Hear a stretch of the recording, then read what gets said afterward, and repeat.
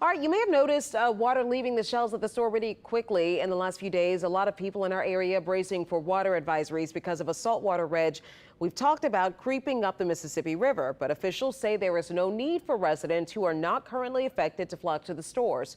Right now, the focus is on residents on the east bank of Plaquemines Parish. They did receive a drinking water advisory today. Whitney Miller was in Lower Plaquemines today talking to people about how they're coping. Do we have ice in the freezer? Have y'all seen any more water leaks? We were scared the hot water heater's going to go out next. Those are just some of the concerns Byron Marinovich says he's facing trying to run his restaurant, Black Velvet, during a saltwater intrusion down in Plaquemines Parish. You got to get up in the morning, you actually we'll turn on the water, see if we have water. Can we flush the toilets today? He says he's had to close his doors at least once because of low water pressure on top of a months-long drinking water advisory. I'm not happy to see this happen to anybody else.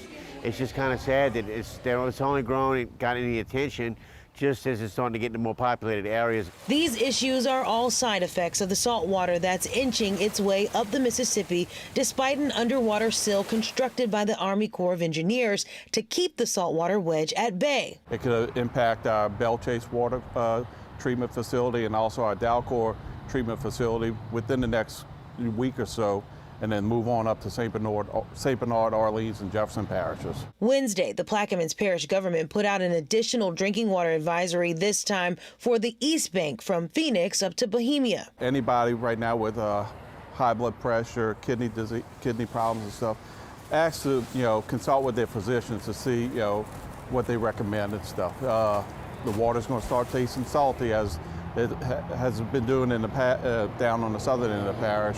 In the coming days, a water distribution center like this one will come online on the East Bank. And as the salt water continues to travel north, we could see a lot more of these popping up as it travels along the Mississippi. Nothing you can do. It's part of God's will. The salt water's been coming up this way for years. Patrick Harvey says while heavy rain is the only thing that will stop the saltwater intrusion, his office is working on plans to mitigate the side effects, like barging in water and bringing on reverse osmosis machines to water treatment facilities up and down the river, a task he says is proving to be difficult. You can't just buy it off the shelf and do this. This has to accommodate 1 million gallons of water per day. We're looking for 2 reverse osmosis units for that to handle the 2 million gallons.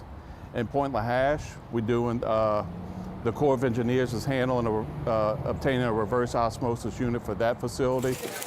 Until then, the residents here in Plaquemines will be drinking bottled water. In Buras, Whitney Miller, Eyewitness News.